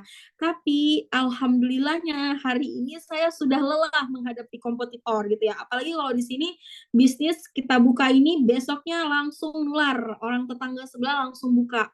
Ya menurut saya nggak apa-apa, punya rezekinya masing-masing, punya strateginya masing-masing, punya konsistennya masing-masing. Itu banyak kok awal-awalnya saya jualan apa tuh namanya, jualan bawang goreng itu bawang goreng sekarang itu udah banyak yang jual bawang goreng. Iya nggak apa-apa, alhamdulillah cukup gitu. Kira-kira seperti itu. Nah, bagaimana sih solusinya? Mungkin teman-teman bisa mempromosinya yang berbeda dari si kompetitor tersebut. Terus juga produknya itu kan yang pertama itu, oh dia jualnya cuma offline, ya berarti saya harus jualannya online. Kira-kira seperti itu. Jadi kompetitor tuh jangan dimusuhin, tapi harus diajak berteman. Kalau bisa diajak kolaborasi. Memang sih nggak semua kompetitor ya mau diajakin gitu. Malahan sekarang banyak UMKM yang main siku-siku gitu. Siapa yang kalah, siapa yang menang, siapa yang banyak produknya. Itu kira-kira. Oke, kalau saya sih kompetitor itu bukan menjadi masalah untuk saya, tapi bagaimana saya belajar supaya lebih semangat lagi. Oh, ada kompetitor nih, gitu. Kira-kira seperti itu. Nih ya, saya mau menunjukkan. Oke, saya mau menunjukkan ini kepada teman-teman. Bentar ya. Nih. Ini produk saya yang di Tata Food. Nampak nggak di layar? Halo? Nampak nggak di layar? Belum, Kak. Oh, belum ya? Nampak, Bu. Nampak, Bu. Oke. Nih. Ini produk saya yang di sebelah kanan dan kompetitor itu yang di sebelah kiri. Ini benar-benar menjiplak ya. Coba teman-teman lihat. Udah nampak? Iya, Bu. Udah. Jadi ini kira-kira salah satu kompetitor yang sangat dekat ya, sehingga orang salah beli. Ini yang tadinya nyari Bitata Food, ngambilnya si Alessa. Jadi kira-kira seperti ini. Tapi saya merasa ya nggak apa-apa. Toh sekarang dia juga nggak jualan gitu ya. Jadi butuh, kalau kompetitor tuh memang ini dia banyak lah. Kenapa dia nggak jualan lagi gitu. Memang harus butuh konsisten. Jadi jangan melihat si kompetitor. Kita fokus sama bisnisnya kita. Bagaimana cara kita mengembangkannya. Oke, ada pertanyaan lagi? Oke. Ada saya, Bu. Ya, siapa? Yang mana? Saya Yusuf Kardawi. Yusuf Kardawi. Oke. Ini Bu, kalau di bisnis makanan kan ada masa expire-nya. Ya. Jadi cara kita menetapkan itu gimana? Apakah ada penelitian atau ada orang khusus yang meneliti produk kita atau gimana itu, Bu? Kan ada waktu biasanya tanggal 8 Agustus jatuh tempo expire gitu kan. Itu gimana cara kita menetapkannya? Apakah ada penelitian ataupun kita sendiri yang menentukannya atau gimana? Oke, jadi yang cara sederhana yang bisa teman-teman lakukan langsung ini setelah ini adalah dengan cara yang manual. Gitu. Kalau saya juga caranya manual. Jadi teman-teman itu menentukan expirednya itu coba buat ada beberapa sampel produk, itu ada 10 produk misalnya, yang setiap bulannya itu dibuka per tanggalnya. Jadi bulan 1 dibuka, coba dirasain, coba dicium, terus bulan keduanya dibuka yang kemasan satu lagi, coba dirasa, coba dicium, sampai akhirnya bulan ke-6, bulan ke-7 itu ini gimana ya baunya kok udah bau tengi, akhirnya itu nggak bisa. Tapi ada juga yang melakukan cara tesnya itu ke lab, itu bisa juga. Kira-kira seperti itu. Itu yang maksudnya yang mudah dilakukan. Jadi bisnisnya jalan aja dulu. Expirednya itu ya kira-kira, maksudnya bukan dikira-kira gimana ya. Teman-teman melihat produk-produk yang serupa di perusahaan-perusahaan besar di swalayan, di Indomaret atau Alfamart, itu yang produknya sama seperti teman-teman itu tahannya berapa lama. Gitu, sambil teman-teman juga riset berapa lama tahan produknya. Nanti kalau misalnya loh, kok dia tahannya kompetitor 6 bulan ya, kok aku cuma 3 bulan. Nah, berarti ada yang salah. Mungkin kemasannya nggak food grade, atau memang cara waktu menggorengnya itu waktunya belum masak tapi udah diangkat. Jadi prosesnya itu bukan hanya pengemasan aja, tapi juga proses setelah dimasak, pengemasan, tempat penyimpanan itu berpengaruh dengan daya tahan simpan si produknya. Kira-kira seperti itu. Contohnya aja misalnya kalau kita di rumah, biasanya kan daya tahan produknya 6 bulan. Karena kalau di swalayan biasanya diletakkannya itu di bawah etalase itu panas, kena matahari. Biasanya bisa lebih cepat untuk expirednya. Kira-kira seperti itu.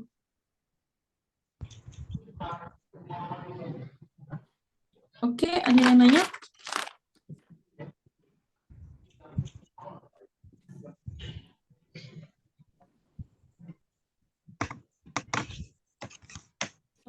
Ada yang nanya lagi? Bu, izin bertanya, Bu. Oke, Fauzan ya? Ya. Oke. Jadi saya mau bertanya tentang di poin ke-7 tentang apa tuh tentang konversi itu. Contohnya misalkan kita sudah membuat produk seperti yang produk yang ibu buat kayak kentang goreng. Terus ibu contohkan aja satu produk itu dia yang mana kita buat satu produk itu seakan-akan sebagai opsional aja. Namun perbanding satu produk yang sudah ada ini kita anggap sebagai perbandingan dari produk kita sendiri. Kira-kira menurut Ibu itu efektif nggak di awal perintisan bisnis itu? Fauzan, saya kurang paham nih pertanyaannya. Mungkin bisa disederhanakan atau diberikan contoh? Jadi contoh aja seperti yang Ibu paparkan contohnya, contoh di KFC itu kan misalkan ada menu yang menu awalnya yang mana satu menu tuh harganya 10.000 termasuk misalkan ayam goreng, ayam menu utama ya. Dan ada satu lagi menu KFC itu yang mana dia dengan tambahan harga 5.000 atau 6.000 tersebut dia dapat bonus seperti minuman Sprite atau minuman soda. Kira-kira untuk awal perintisan usaha tersebut efektif nggak tuh? Jadi kalau misalnya di KFC yang harganya 10.000 tuh ayam plus minum. Ya. Kalau yang harga 25.000? Enggak, ini sebagai perbandingan kita anggap produk yang kita buat satu lagi ini seakan-akan memang tidak dibeli, namun kita dengan tujuan tersembunyi itu kita berharap produk yang sudah ada ini bisa meningkatkan penjualannya. Kira-kira itu efektif nggak? Kira Bu? Kalau menurut saya untuk yang produk yang baru ya, kalau bisa jangan naikin konversi dulu gitu. Jadi supaya bisa teriset juga, supaya kita cari tahu sebenarnya produk kita ini dibutuhkan nggak sama customer. Jadi yang konversi ini yang terakhir tadi ya, yang setelah distribusi sama produksi ini, ketika memang ini kenapa ya kok daya belinya jadi udah kurang gitu kira-kira. Baru kita melakukan yang namanya lompatan konversi tadi. Nah, lompatan konversi ini jangan teman-teman berpikir ini hanya bisa kayak jualan. Jadi kayak buy one get one. Itu kan beli juga kan. Terus beli gratis ongkir. Teman-teman bisa membagikan tester sebagai untuk meningkatkan konversi. Contohnya produknya baru kan. Terus kan orang gimana mau beli produk baru tapi nggak tahu rasanya. Ya udah dibagiin testernya. Begitu dia rasa testernya itu enak, dia bakalan beli. Nah, itu salah satu tahap awal ya bagi perintis kalau misalnya mau buat lompatan konversi bisa dengan membagi-bagikan tester ke target marketnya. Jadi jangan bagiin tester, misalnya target marketnya umurnya 25 tahun, tapi bagiinnya ke anak-anak. Itu jangan. Jadi lompatan konversi itu bukan hanya untuk menjual produk, tapi memberikan apa ya, misalnya kayak kita buka bazar, kita ikut bazar, kita buka stand. Nah, itu salah satu untuk mengungkit konversi, menaikkan konversi, menaikkan omset. Itu bisa di situ. Kira-kira seperti itu. Jadi kalau misalnya belum mampu, kasih promo, buy one get one, kasih harga yang seakan-akan kayaknya dia nggak beli, tapi itu sebenarnya dia beli gitu kan. Kalau belum mampu seperti itu, ya udah pakai lompatan konversi dengan buka bazar yang pertama, terus yang kedua dengan membagi-bagikan tester. Saya biasanya ikut bazar sama bagi-bagiin tester. Kalau yang promo biasanya saya dapat subsidi dari Shopee, dapat subsidi dari mitra bisnis seperti Bank Indonesia. Jadi pelanggan itu hanya bayar 10.000 dapat bawang goreng seharga 35.000. Tapi yang sisanya itu dibayarkan oleh Bank Indonesia. Kira-kira seperti itu.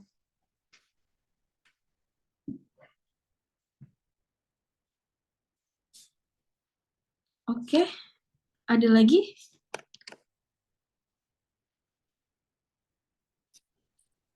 Enggak, Bu. Ada lagi pertanyaan? Oke, Dek, ada yang bertanya lagi? Enggak, Bu. Ramadan mau bertanya? Ramadan mau bertanya. Bang. Mau, Bang. Oke. Ramadan, Bu, yang mau bertanya, Bu. Ya, enggak, Bang. Enggak. Oh, enggak. Enggak, Bang.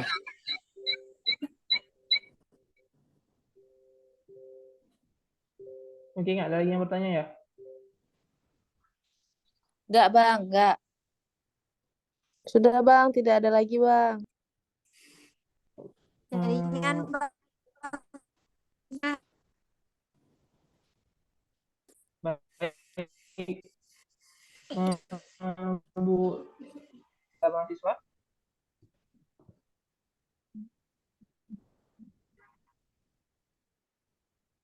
Ya, gimana? Ada yang mau bertanya lagi?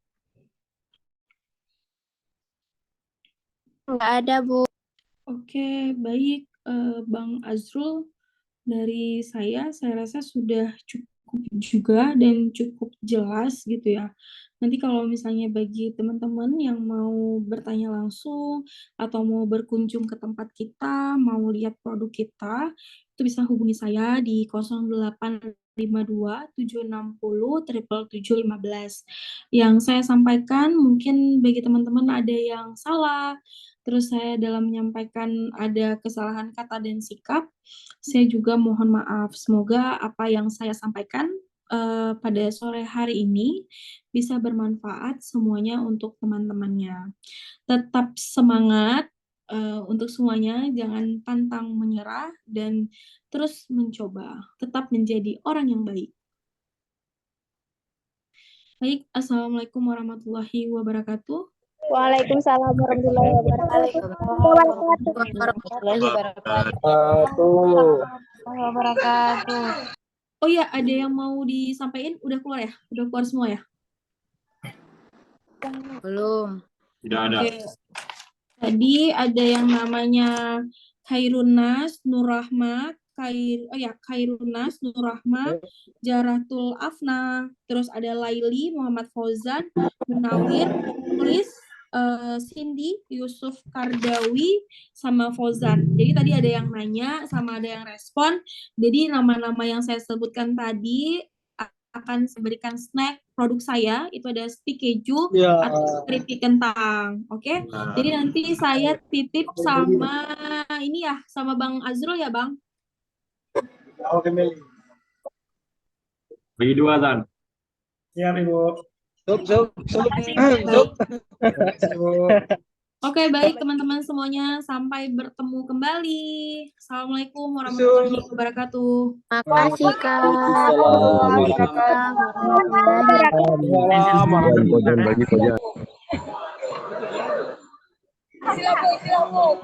Sebentar ya, kita ada. Woi, nggak usah ngerusuh, woi.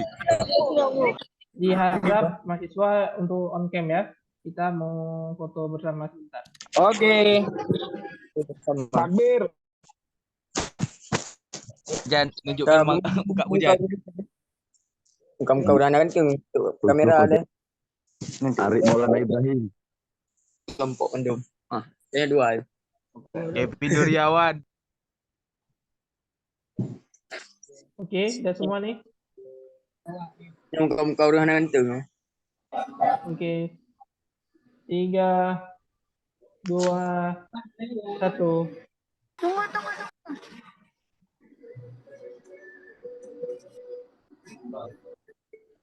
Sabar ya, 3, 2, 1. Mau? Iya. Iqbal. Oke. Big win. Lagi ya. 3, 2, 1.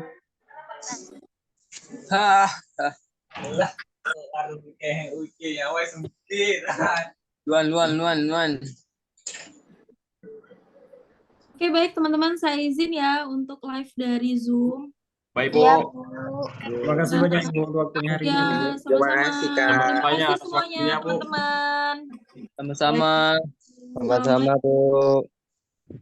Jangan lupa disiap pesannya ya.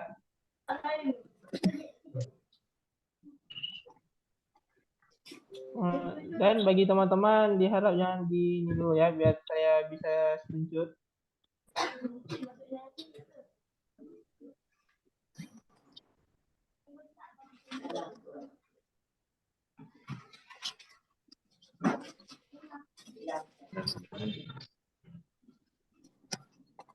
Woi, Beb, mana gua, Beb?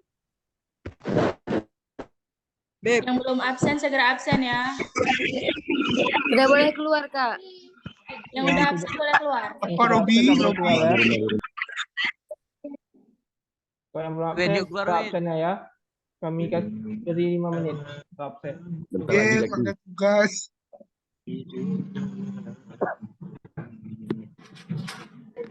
Alhamdulillah ya Allah, nggak ada tugas. Alhamdulillah. Oh, kalian senang ada tugas ya? Senang ya kok ada tugas? Tidur udah sore. Robi, mana si Robi? Udah keluar ya? Jangan cari orang. Ya, aku mau urusi kelompok aku dulu. Silakan. Mas Ucup nggak bisa, Mas. Nggak bisa ya. Nggak bisa. Makanya update dulu itu. Pasti window tahun Kan dari web kan, Mas? Kan dari web. Oh, dari web. Kalau yang udah siap absen boleh langsung. Nuryawan. Tes. Apa Jaki? Harus ada app-nya dulu baru. Kalau di web nggak bisa. Kan app-nya, aplikasinya. Nuryawan, tes. Ada aplikasi. Enggak, katanya web. Berarti si Masnya download aplikasi ya? Ya, ada aplikasinya aku. Bisa. Ya udahlah. Ente lah berarti. Besok kan? Ente.